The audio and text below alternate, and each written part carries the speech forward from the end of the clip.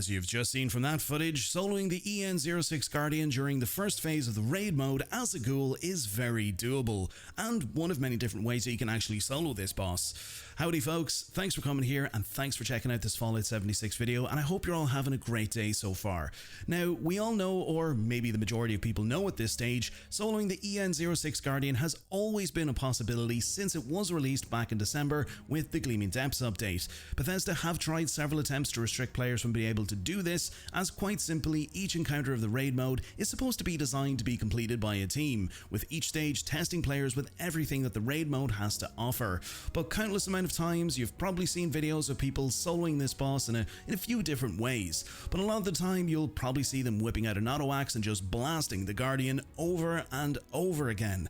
Well, today I'm here to add to that statistic. Now, I'm not going to sit here and say, look at this OP way of killing the Guardian very easily and follow these 3 simple steps, yada yada yada.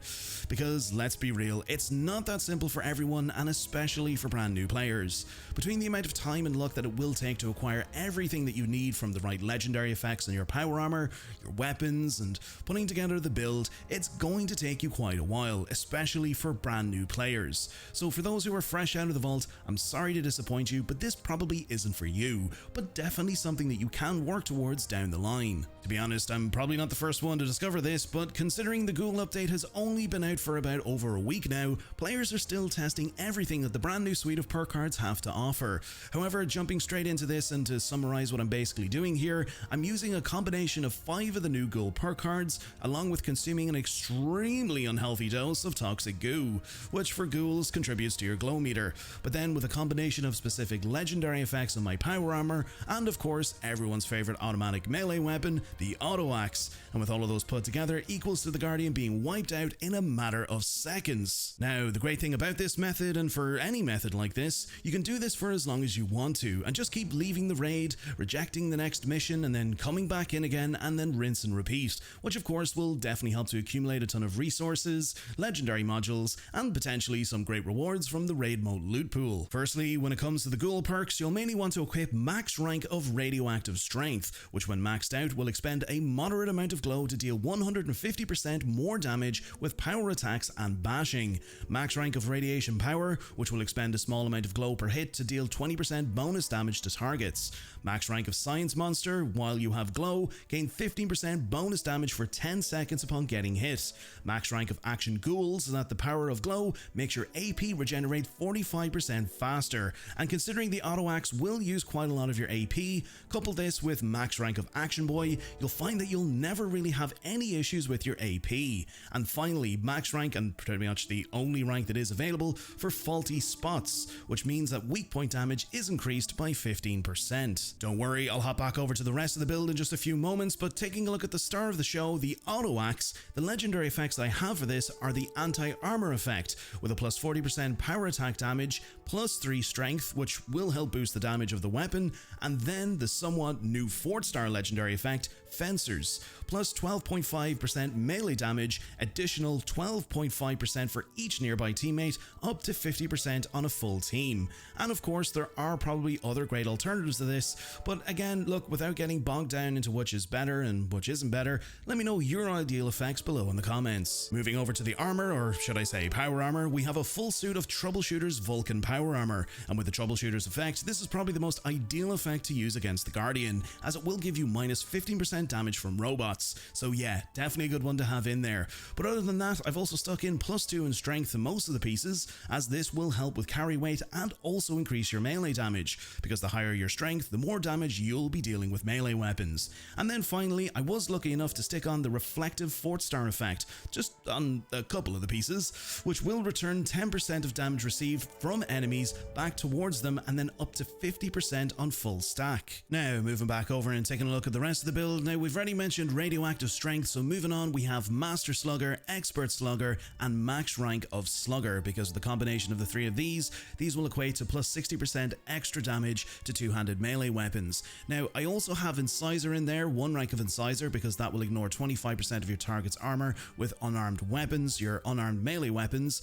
But the thing about it is, the reason I only have 1 of those in there is is mainly because I do have max rank of Traveling Pharmacy. Now, when it comes to the likes of Ghoul builds, you will be carrying a good bit of chems to obviously help with that particular feral meter to either keep it up, or if you kind of prefer that you'd like to keep it at 0%, because I know that will obviously contribute to, I think it's at plus extra 300% melee damage when your feral meter is at 0%, but I haven't really tested it with your feral meter at 0, so it is really a case that if you want to test this out yourself and sort of copy this build and utilize your feral meter at 0%, let me know. Or look, if you're good at managing the likes of your chems and aid items and you don't really need this, then look, you can take this out and you can max rank that out, because obviously with max rank of Incisor, you will get that 75% boost to ignore 75% of your target's armor. So a good one to consider. But again, I haven't tested it without it. I've only really tested it with it. So let me know your tests or your results of your tests below in the comments.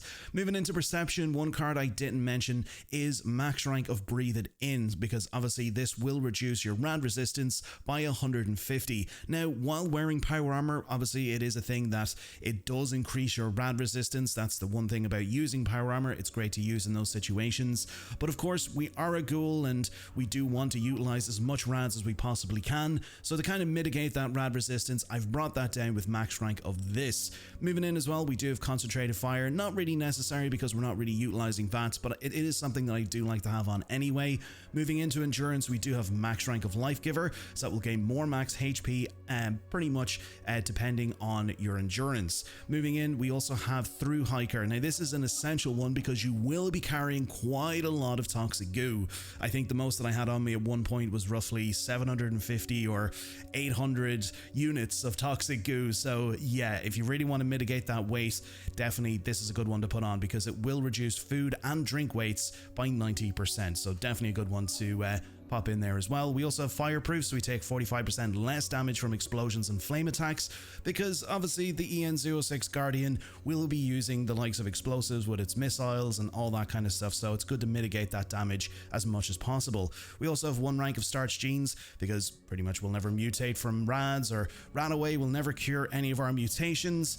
We also have max rank of Radiation Power, which we've already mentioned, and then also as well, one thing I actually didn't mention was rank 2 of Thick Skin, because pretty much with this you'll take 6% less damage from ballistic attacks. Now I know there's not really a lot of ballistic attacks, it kind of uses mainly laser beams and things like that, but there are ballistic attacks in there, so this is definitely a good one to pop in as well. And then finally, we do have rank 2 of Chem Fiend. So any chems that you do take will last 60% longer. You can utilize the likes of Psycho Buff, Fury, things like that to help increase your melee damage. So it's a good one to have in there to kind of last the duration while you're actually taking on the Guardian. But realistically, you probably won't even really need this, because as I've already showcased, you can take out the Guardian quite easily in a matter of seconds. So, but it's a good one to have in there anyway. Moving into Charisma, we also have Strange in Numbers, so positive mutation effects are 25% stronger if your teammates are also mutated.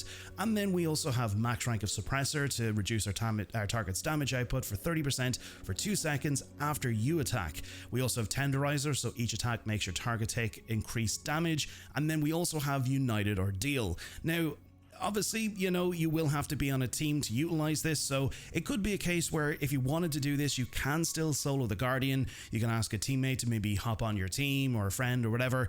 And then of course, look, if they are a ghoul, then it will mean that while in a team with another ghoul, you gain +1 to all of your special stats. Again, if you wanted to swap out one of these cards and max this out, then you will obviously get the increase there to +3 to all of your special stats if you max rank United Ordeal. So it's a good one to consider, even if you do want to solo it yourself and still have a teammate on your team. In Intelligence, we have max rank of Batteries included. I mainly have this in here just because I do have other weapons that utilize energy ammo, and energy ammo does tend to weigh a lot, and with the amount that I do have on me, it's good to have it in there because it means it will weigh 90% less. Then also we do have max rank of Science Monster. As I've pretty much mentioned that already, we've gone through that. It is a great one to have in there, especially to get that gain to your bonus damage. In Agility, we do have max rank of Action Boy, because it will make our action points regenerate 45% faster. And I've mentioned already, this coupled with the likes of Action Ghoul is a great combination, because obviously, know, the auto axe will be using quite a lot of AP, so it's good to have that regeneration in there to pretty much regenerate that AP as quick as possible. But again, you might not really need it, but it's nice to have it in there when you do pop on more toxic goo to boost up that glow meter. Now, we also have Born Survivor, so it will help that if we do fall below 40% health, we will automatically use a stim pack because, you know, we've all seen already the Guardian does have quite a lot of damage, and it will actually decrease that glow meter quite quickly. So that's why I'm saying it's good to have a lot of goo to keep it up. And then of course, you know, if it doesn't, then, you know, your stim packs will kick in. We also have max rank of adrenaline, not really necessary because again, we're only sort of focusing on one particular target.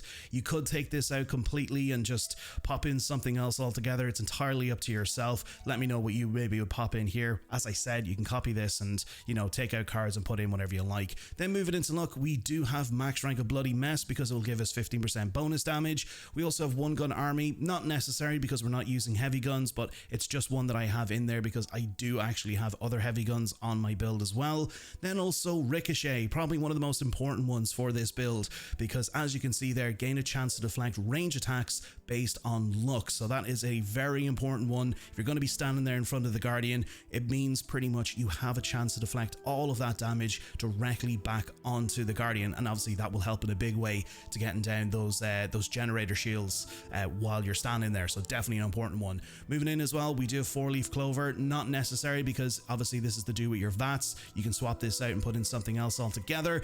Class freak because it means the negative effects of our mutations will be reduced by 75%. Then also, look, I've mentioned this already, faulty spots. It's definitely an important one. Make sure you have that in there because that will definitely help out in a big way in that weak point damage. But a good one to have in that I didn't mention is battle genes. So gain 4 HP per second while in combat. So this will help in a big way to contribute to that HP bar, just to keep you alive that little bit longer, just in case maybe you do run out of toxic goo. But again, it's entirely up to yourself. I find it's actually a very useful one to have in there. And then lastly, we do have curators. So the benefits of bobbleheads and magazines last twice as long because you can utilize the likes of the strength bobblehead, the unarmed bobblehead or melee bobblehead, all of those sort of things, and also as well magazines. So it's good to have those there just to really maximize that melee damage. Moving into the legendary perks, we have max rank of legendary luck, max rank of legendary endurance, strength and agility, and then we also have a max rank of taking one for the team so that enemies take 40% more damage when they attack you if you're on a team. Now this is obviously a good one because again, the EN06 Guardian, it will be attacking you first anyway. You won't be putting any damage into it because again, you know, you're tanking a lot of that incoming damage. So this is a great one to have. And also as well, if you do have someone else who can hop on your team that can help add to that, then again, look, that will help you out in a big way. And then lastly, we do have max rank of power armor reboot. So you have a 40% chance to auto revive with full health if you're downed in power armor. Maybe not necessary, but it is a good one just in case if you do manage to maybe forget to you know, pop a stim pack and your HP bar does get down to somewhat at 0, and then that will also help to kick in to keep you alive that little bit longer. Now I know at the same time too, people might be questioning, well, why not maybe use some of the new Ghoul legendary perks? Now the thing about it is the 2 new perks, they're not really needed for this, and to be honest, the only one I can really see that might be necessary is only if you do decide to keep your feral meter at 0%, because as you can see here with Feral Rage, when you have this maxed out, when feral, all glow perk abilities cost 50% less go, or sorry, 50% less glow. So again, that might actually be a particularly handy one, only if you do decide to keep your feral meter at 0%. Again, I haven't tested it while your feral meter is at 0. I might do a follow-up video to see maybe does that work a little bit better. But again, look, we'll see in time. But if you want to pop this on anyway, it might be particularly a good one. But with the other feral, or not the other feral perk, but with the other glue, I can't English today, with the other glow perk, or the other ghoul perk, finally I got it out. The other ghoul perk, or the other ghoul perk, action diet, It's just not necessary because on kills, heal 2 HP and reduce how feral you are by 2%. My lord. A lot of glow and ghoul and stuff in that sentence. But anyway, those are the legendary perks. Moving on, and as I mentioned, you can utilize aid buffs such as Cycle Buff, which will give you a plus 25% damage and plus 3 to strength. Fury, which will increase your melee damage by plus 30%. And if you want to, you can use either the Strength Bobblehead, which will give you plus 2 to your strength, or the Melee Bobblehead, which will give you plus 20 melee weapon damage. But again, with the Curator perk, these effects will last twice as long. And also, to add to your strength, you can utilize the weight bench to boost your strength up for an additional 30 minutes. Finally, and just in case anyone does ask, I'll leave a full list of the mutations that I'm using in a pinned comment below. Moving on to the item which is going to bring all of this to life, Toxic Goo. Yeah, that lovely green stuff. Basically, in order to keep your glow meter up, you'll need to chug a gallon of this stuff and then some to keep your defenses up. And considering that you can find this quite easily at West Tech and it's also free, I found that, and depending on how much you can actually hold, spamming the Toxic Goo while under attack will negate any need to even use stim packs. But then the other thing to remember is that with the combination of perks that utilize your glow meter for damage, this will become depleted quite quickly. So this is why I'm saying try to store as much of this stuff in your inventory as possible. As I said, I had roughly 700 to 800 of this stuff on me, but if I wanted to, I could probably hold a little bit more. Now, the last little tip or trick to this is not stubbing your toes on that electrical field that is supposed to automatically vaporize you upon touching it. Well, in order to negate this, and maybe this is a bug, or let's just say it's a feature that hopefully doesn't get patched, but if it does, try to capitalize on this as much as possible before it does. But I found that if you hop onto the section that the Guardian comes out of, and then hop out of your power armor, and then if you run over and then start off the phase, run straight back over, but before jumping in straight away, just listen out to the audio cue of the systems booting up, and then also the lights coming on. Alert. Unauthorized personnel detected. Activating defense systems.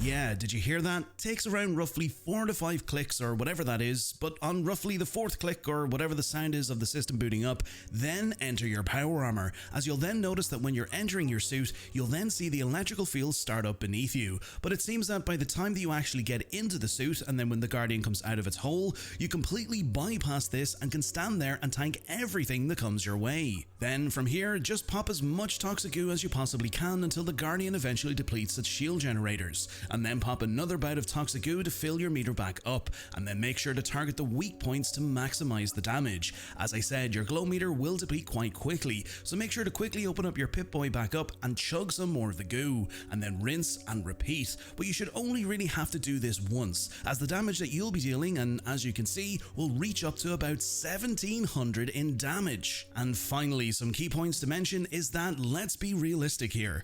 This will eventually get patched. It could take a few weeks, could take them a few years to do this, I don't know, but the other possibilities for this is that either the build could get nerfed, which I did mention about in my last video covering the Ghoul update, but it could probably be down the line somewhere, or they could nerf the auto axe, but at this stage Bethesda have seen the reports, they've seen the countless amount of YouTube videos and shorts of people doing similar things like this, so maybe it could just be a thing where they patch the Guardian, maybe they buff up its damage or buff up its defenses, I don't know. They're the people behind the scenes who make the decisions, and we'll never know until the next hotfix and update. But of course, the main point that I'm trying to make here today is trying to utilize this as much as possible before something does get, an inverted commas, fixed, and improve upon what I've showcased here today, maybe because this build might not be fully optimized and you might see things that I don't, that maybe you can actually improve upon. But of course, have fun with it and enjoy farming those resources and rewards. However, that's everything for today. Let me know your thoughts down in the comments on the Ghoul update and some of the builds that you've thrown together for scenarios like this and others.